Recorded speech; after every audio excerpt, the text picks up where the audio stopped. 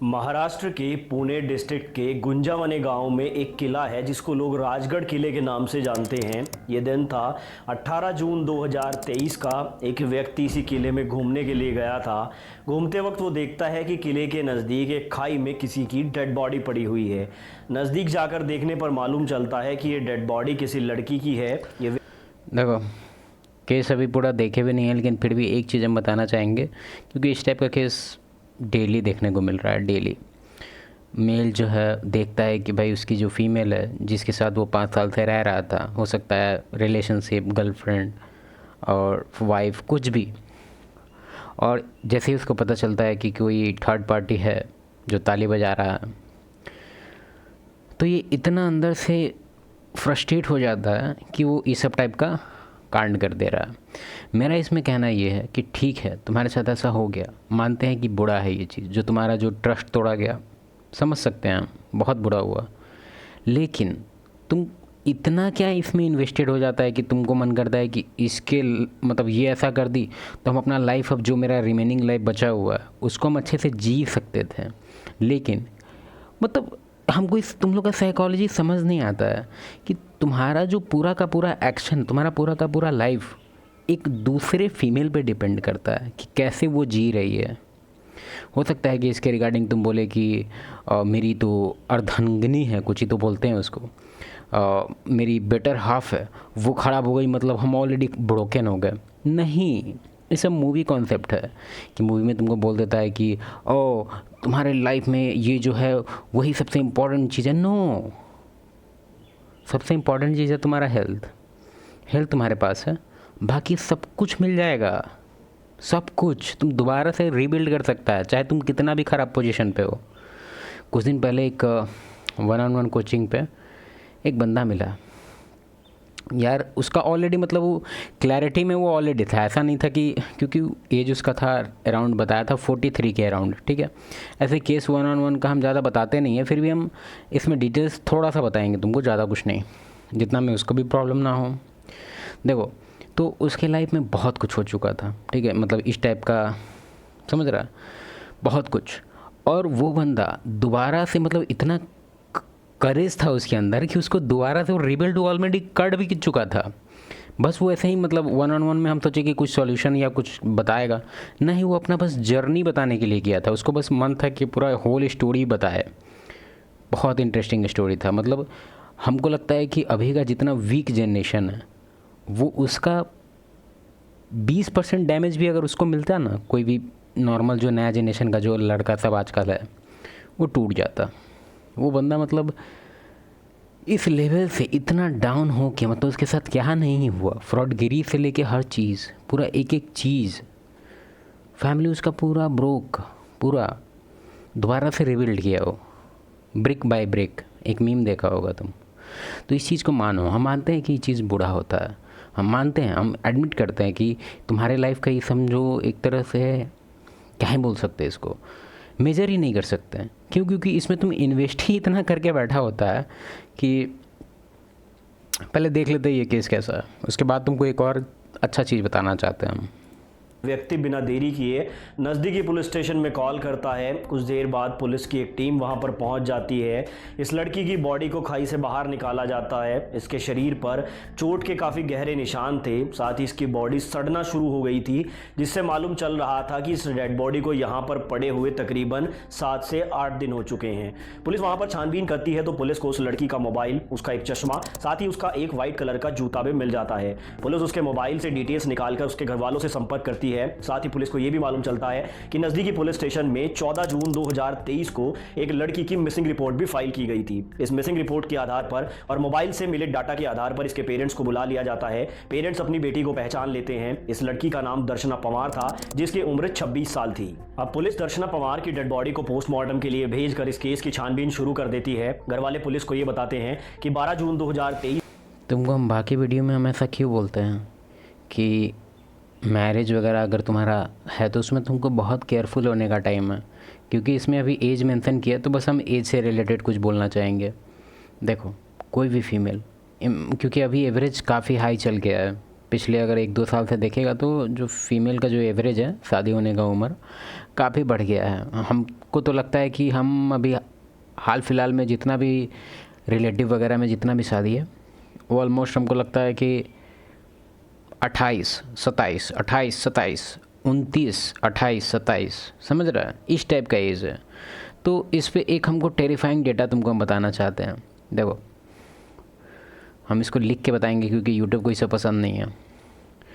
उसका जो ब्यूटी है ना वो यहाँ से स्टार्ट हो जाता है, ठीक है।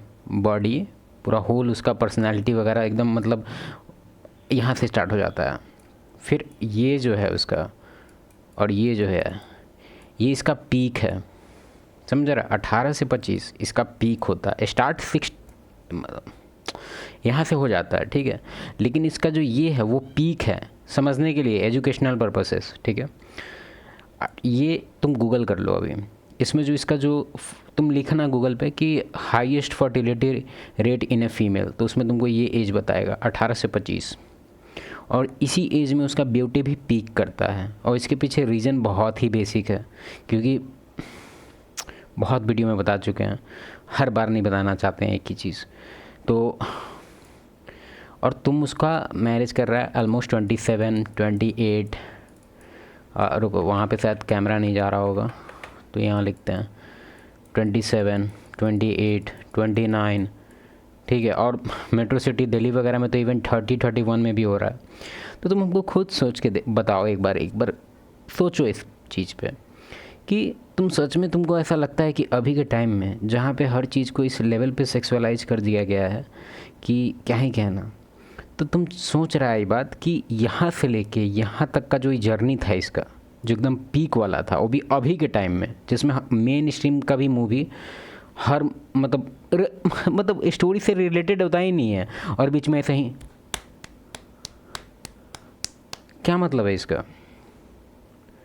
जब स्टोरी से रिलेटेड ही नहीं है तो काहे के लिए ऐड कर दिया? मतलब तो तुम खुद सोचो कि इसको मन नहीं करेगा कि एक बार, दुनिया भर इसको इतना देखता है, इतना वीडियो देख रहा है, इतना एडमायर कर रहा है, देखा जाए तो होल लाइफ का पर्पस भी यही है, एक्सपीरियंस करने का मन हो रहा है मेरी फ्रेंड, समझ रहा है? कैसे तुमको लगता है? और तुम बोलेगा हमको कि हमको 0 चाहिए, 0 पे दिखें, नहीं मिल सकता भाई, खास करके इस एज में कैसे मिलेगा? इस एज में तो हमको नहीं लगता है। बहुत मुश्किल है भाई। केस देखते हैं। इसको दर्शना पवार अपने एक दोस्त राहुल हंडोरे के साथ घूमने के लिए राजगढ़ के किले में गई थी और उसके बाद से ही ये दोनों लापता हो गए थे। 13 तारीख को इन दोनों के घर वालों ने इन्हें बहुत ढूंढा और उसके बाद 14 जून 2023 को दर्शना पवार और साथ ही राहुल की मिसिंग रिपोर्ट पुलिस स्टेशन में फाइल कर दी गई। लेकिन उसके बाद 18 जून 2023 को दर्शना की डेड बॉडी पुलिस को मिल जाती है। सवाल ये उठ रहा था कि अगर दर्शना की बॉडी मिल चुकी है तो राहुल हंडोरे कहाँ है? क्या इन दोनों के साथ कोई दुर्घटना हुई है और इसी दुर्घटना में दोनों की मृत्यु हो गई है? सवाल यहाँ पर अबे दुर्घटना होता तो रिपोर्ट नहीं करता क्या हुआ? दुर्घटना कैसे होगा? सारे थे, लेकिन जैसे ही दर्शना पवार की पोस्टमार्टम रिपोर्ट आती है, आधे सवालों के जवाब पुलिस को मिल जाते हैं। अभी तक पुलिस को लग रहा था कि शायद दर्शना और No beats, no bars, just chaos over.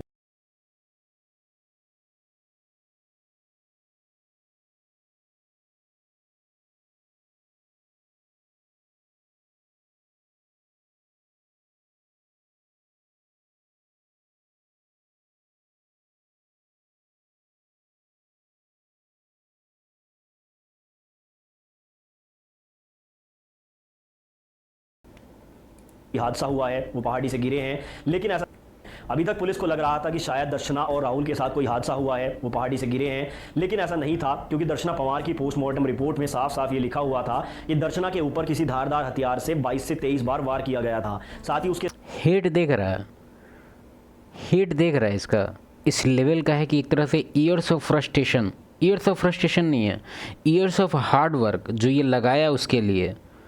क्योंकि हम तुमको इसमें एक कॉन्सेप्ट तुम्हारा क्लियर करना चाहते हैं। बहुत लोगों का देखे हैं, जैसे कि ये देखा जाए तो हम ही क्वेश्चन पहले पूछते हैं। जैसे 1-on-1 कोचिंग में अगर कोई इस सब टाइप का केस लेके आता है, बोलता है कि मेरी गर्लफ्रेंड ऐसे कर रही है, वैसे कर रही है, हम क्या करें? तो मेरा जो क्वेश्चन फर्स्ट होता है उससे हम पूछते हैं कि कितने टाइम से तुम्हारा रिलेशन था। मोस्ट लाइकली 5 से ऊपरे का रहता है, अगर वो इस लेवल का फ्रस्ट्रेटेड है, जिसके उसके बात करने के तरीक़ा से पता चल जाता है, तो पता चल जाता है हमको कि ऑलमोस्ट 5 से ऊपर ही होगा और उसका आंसर भी एकदम वही होता है, कभी बोलता है 7, कभी 5, कभी 6। ये तो हो गया एक टाइमलाइन का सेटिंग, ठीक है।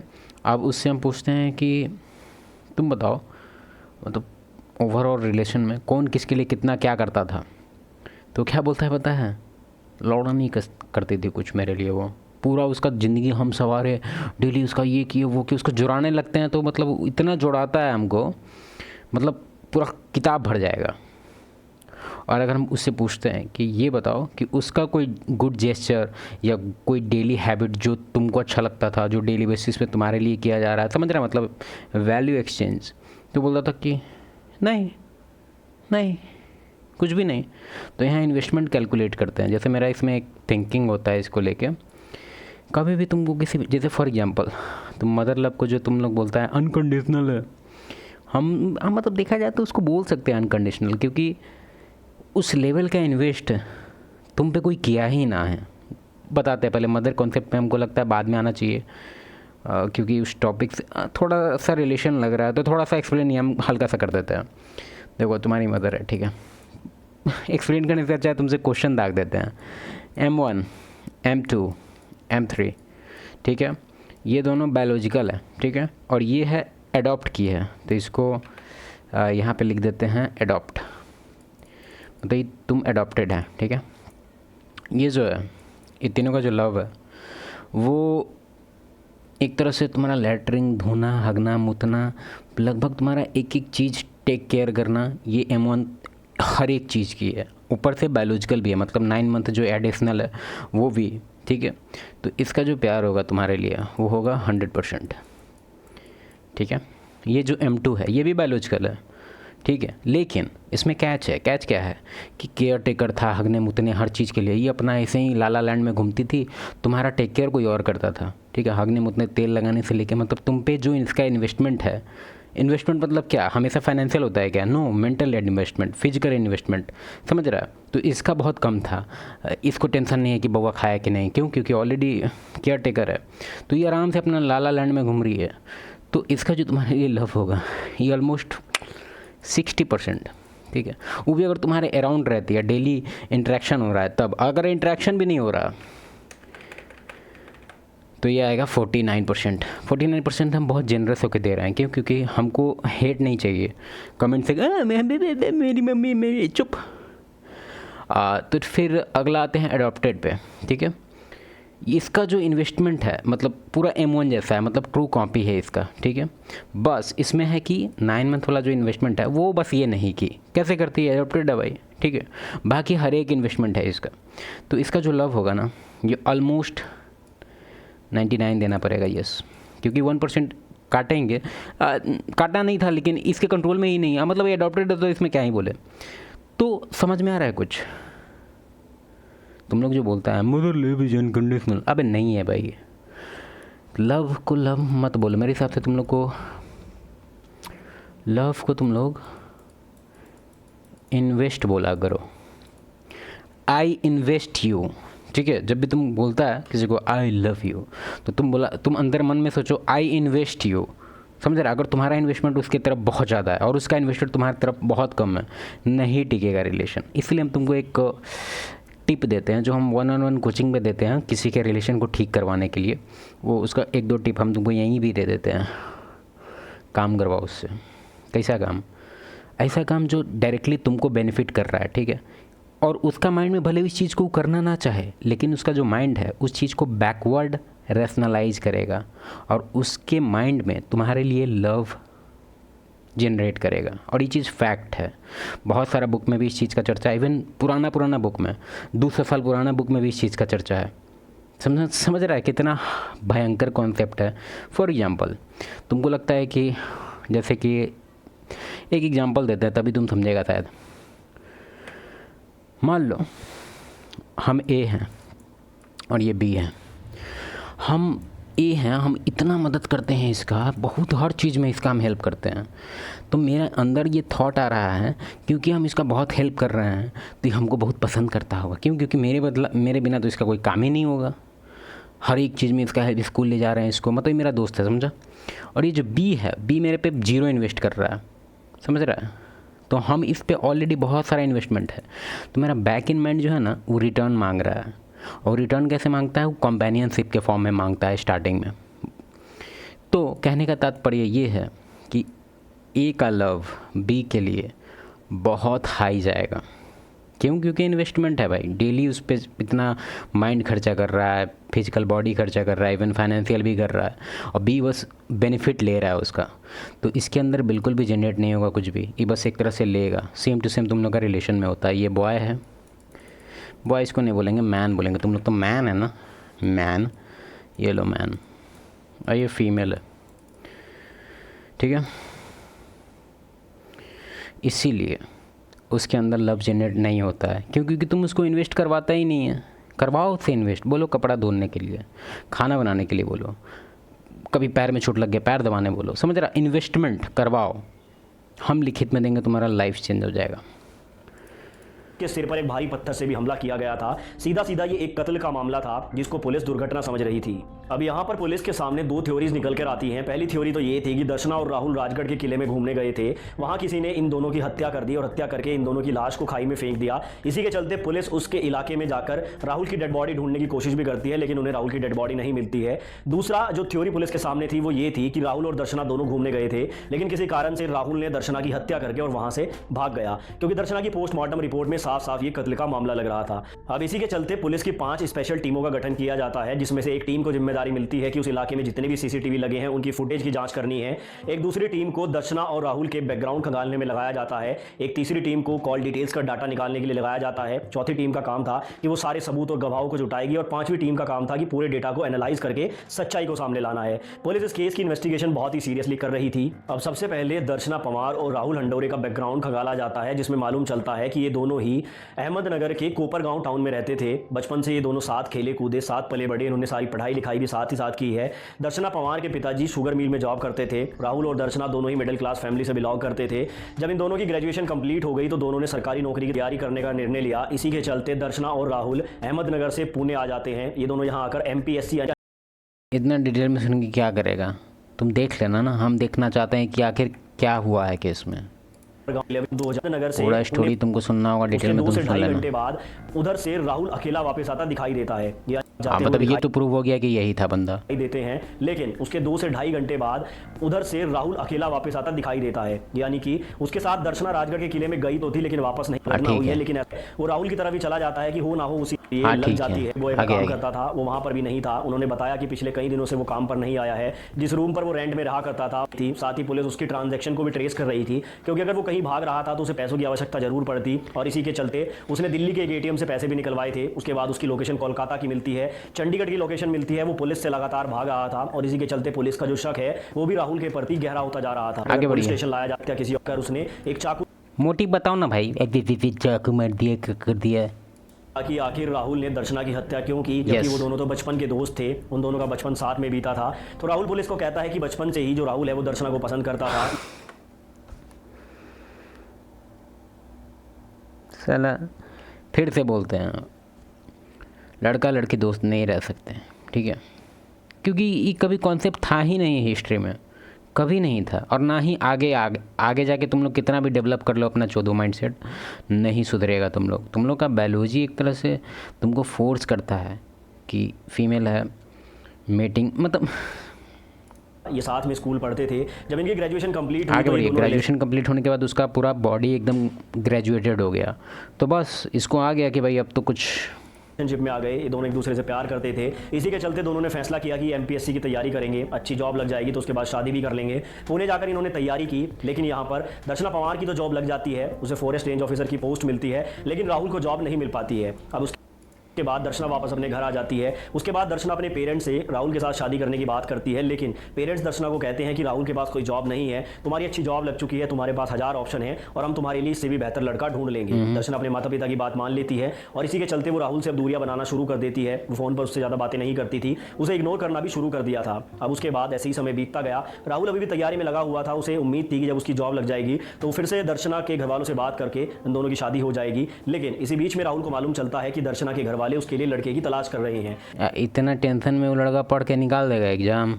मूवी चल रहा है ये, निकल जाएगा रे तेरे से। क्योंकि राहुल का परिवार भी दर्शना के परिवार के आसपास ही रहता था, तो घर की जो सारी बातें हैं वो इधर उधर आ जाती थी। देख रहा है घोंचू चोत को क्या दिमाग है, ये लड़की तो शादी नहीं होगा, मेरा ज़िंदगी खराब हो जाएगा, मतलब अब यहीं पर जो राहुल है वो बिना देरी किए दर्शना के घर जाता है, उसके माता पिता से बात करता है और शादी की डिमांड रखता है। कबीर सिंह आ गया, लेकिन घर पहुंच गए, शादी नहीं होगा इसका।